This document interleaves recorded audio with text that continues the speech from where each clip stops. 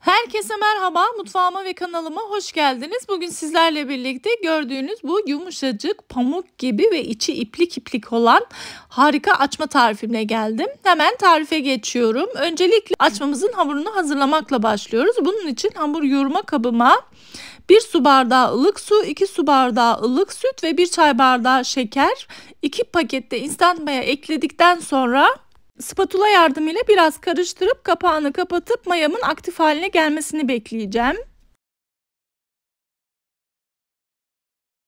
Evet arkadaşlar, gördüğünüz gibi mayam aktif hale geldi. Bu aşamadan sonra diğer malzemelerini ekliyorum. Burada 1 su bardağı yarısı eritilmiş tereyağı, yarısı sıvı yağ olacak şekilde ekledim. 2 adet yumurta sarısı üzeri için ayrılıyor. 1 yemek kaşığı dolusu tuz ekledikten sonra homojen bir şekilde karıştırıyoruz.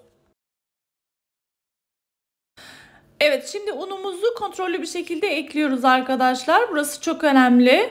Malzeme listesini ve unun miktarını açıklama kısmına yazacağım. Oradan bulabilirsiniz. Bir de lütfen unumuzu kontrollü bir şekilde ekleyelim. Unun kalitesine göre kıvamı değişkenlik gösterebiliyor çünkü. Hamurumuzun kıvamı kulak memesinden biraz daha yumuşak, ele yapışkan bir kıvam olması gerekiyor. İlk etapta hamurun elimize yapışmaması için spatula yardımıyla yoğuruyoruz.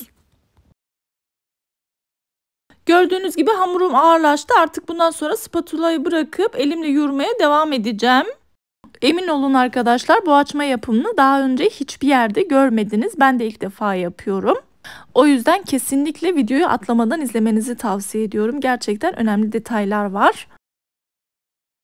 Evet, hamurumu bu aşamadan sonra masanın üzerinde yoğurmaya devam ediyorum. Özellikle açmalarınızın böyle 2 katı kadar kabarması ve içine fosur fosur yumuşacık olması için bu noktayı mutlaka atlamayın arkadaşlar. Gördüğünüz gibi hamurumuzun kıvamının bu şekilde olması gerekiyor. Bu aşamadan sonra tekrar hamur yoğurma kabıma alıyorum ve kapağını kapatıp bir 15 dakika bekletiyorum. Bu süreçte hamurumuz kesinlikle mayalanmıyor. Sadece daha özlü olması için bekliyor. Siz de görüyorsunuz. Bakın, kapağını açtıktan sonra hamurum gayet güzel, daha pürüzsüz oldu. Evet, şimdi hamurumu 2 parçaya ayırıyorum. Ve her parçayı büyük beze haline getiriyorum gördüğünüz gibi. Evet, 2 tane bezemi yaptıktan sonra bir bezemi alıyorum ve unlamış olduğum masanın üzerine koyup bu şekilde el yordamıyla açıyorum öncelikle. Daha sonra unlayıp bu sefer oklava yardımıyla açıyorum. Hamurumuzu açarken bir hatırlatma yapmak istiyorum arkadaşlar. Eğer videomu sonuna kadar izlerseniz beğenmeyi ve bir sonraki videolarımdan haberdar olmak için bildirimleri açıp kanalıma ücretsiz abone olursanız çok mutlu olurum. Yorumlarınızı da çok merak ediyorum. Beni yorumsuz bırakmayın inşallah. Bir de beni diğer sosyal medya hesaplarımdan da takip etmek isterseniz eğer aşağıya linkini bırakacağım. Oradan ulaşabilirsiniz. Bu açmayı yapabilmek için özellikle hamur açmayı bilmenize gerek yok arkadaşlar. Yufka açmayı da bilmenize gerek yok. Gördüğünüz gibi oklavayla böyle kenarlarına bastıra bastıra ve ortasını da çekiştire çekiştire gayet güzel açılıyor. Zaten hamur durdukça daha güzel esniyor ve hamuru asıldığınız anda bile çok rahat açılıyor. Evet, gördüğünüz gibi hamurumu açtım. Şimdi oda sıcaklığında bekletmiş olduğum tereyağımı her tarafına sürüyorum.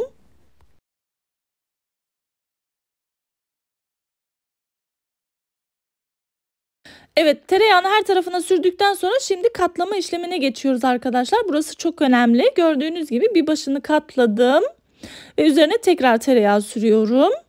Şimdi diğer başını da aynı şekilde katlıyorum. Aynı şekilde tereyağını sürüp birbirinin üzerine katlayacağım tekrar.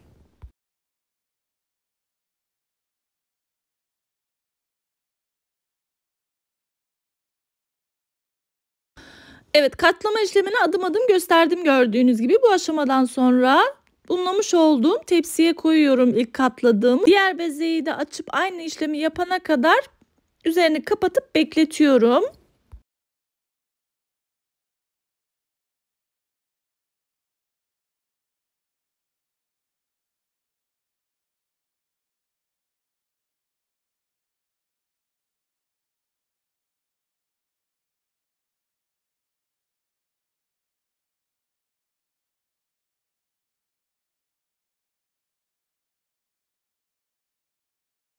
Evet arkadaşlar, ikinci bezeme de aynı işlemi yaptım ve kenara aldım. Şimdi bir önceki katladığım bezemi alıyorum ve gördüğünüz gibi el yordamıyla ve oklava yardımıyla açmaya devam ediyorum.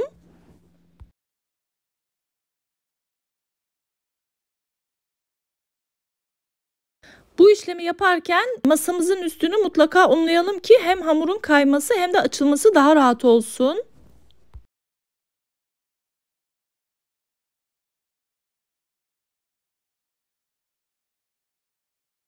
Evet, gördüğünüz gibi hamurumu açtım. Bu aşamada tekrar üzerine tereyağı sürüyorum ve karşılıklı olarak iki taraftan sarıyorum.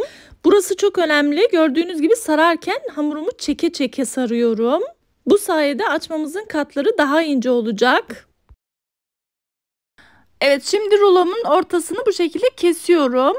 Böylelikle iki tane rulomuz olmuş oldu. Bir tanesini kenara alıyorum ve diğeriyle gördüğünüz gibi açmalarımızı yapmaya geçiyoruz. Burada keserken boyutunu benim gibi yapmayın arkadaşlar. Benim gibi yaparsanız eğer devasa açmalarınız olacaktır. O yüzden daha bereketli ve biraz daha minyon açmalarınız olmasını istiyorsanız 5 parmak kalınlığında kesmeniz yeterli olacaktır. Evet, kesmiş olduğumuz parçaları tekrardan 2 dakika bekledikten sonra yuvarlayarak uzatıyorum. Böyle ters taraflı olarak çapraz sarıyorum gördüğünüz gibi. Daha sonra uç tarafını biraz fazla açıp ikinci tarafı da üzerine kapatıyorum.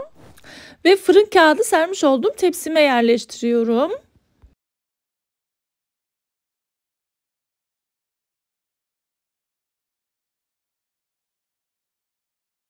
Görüyorsunuz, bir büyük beze tepsinin tamamını doldurdu ama daha önce de dediğim gibi benim açmalarım haddinden fazla büyük oldu. Yani benim yaptığım ölçülerde bir tanesinden 2 açma rahatlıkla çıkacaktır. Dolayısıyla yaptığımız bu hamurdan 4 tepsi rahat açma çıkıyor. Evet arkadaşlar, hızlandırılmış şekilde tekrar göstermek istiyorum. Evet, 2 tepsimi de yaptım. Bu aşamadan sonra tepsi mayası için yaklaşık 20-30 dakika kenarda bekletiyoruz. Evet, açmalarım tepsi mayasını aldı. Gördüğünüz gibi bir öncekinden daha da güzel kabardı. Şimdi ayırmış olduğum yumurta sarısını üzerine sürüyorum ve çörek otuyla süslüyorum. Daha sonra önceden ısıtmış olduğum 200 derecelik fırına gönderiyorum ve altı üstü kızarana kadar pişiriyorum. Evet arkadaşlar, gördüğünüz gibi açmalarım fırından çıktı. Büyüklüğüne ve güzelliğine bakar mısınız? Hem çok güzel görünüyor hem de devasa görünüyor. Ve şimdi gördüğünüz gibi açmalarımı fırından çıkardım ve soğudu. Bu ortadakini çocuklar yedi bile. Bakar mısınız? Gerçekten kocaman büyük devasa açmalarım oldu. Şuraya bakın. Resmen elim kayboldu. Ama yumuşaklığını özellikle göstermek istiyorum. Şuraya bakar mısınız? Of of. İnanılmaz bir şey oldu. Şöyle yakından da şurayı göstermek istiyorum. Bakın, iplik iplik böyle. Gerçekten tel tel bir açma oldu. Hemen şimdi sizin için göstermek istiyorum. Şöyle. Allah'ım, şuraya bakın. Of of. İplik iplik bir açma oldu. Gerçekten böyle inanılmaz bir şey oldu. İplik iplik, yani kesinlikle emin olabilirsiniz. Şuraya bakın, incecik katlar. Of of of. Ve çok da güzel pişti. Asla hamur değil, emin olabilirsiniz. Hemen şimdi sizin için tadına bakacağım. Bismillahirrahmanirrahim. Yumuşacık, pamuk pamuk. İnanılmaz bir şey oldu. Çok lezzetli. Kesinlikle tavsiye ediyorum. Altı, üstü, içi çok güzel pişti. Benim açmalarım zaten hep böyle olur bu tarif sayesinde. O yüzden şiddetle tavsiye ediyorum. Siz de bu tarifle yumuşacık açmalar yapabilirsiniz diyorum. Ve bir sonraki yeni ve farklı tariflerimde görüşmek üzere. Allah'a emanet olun. Hoşça kalın.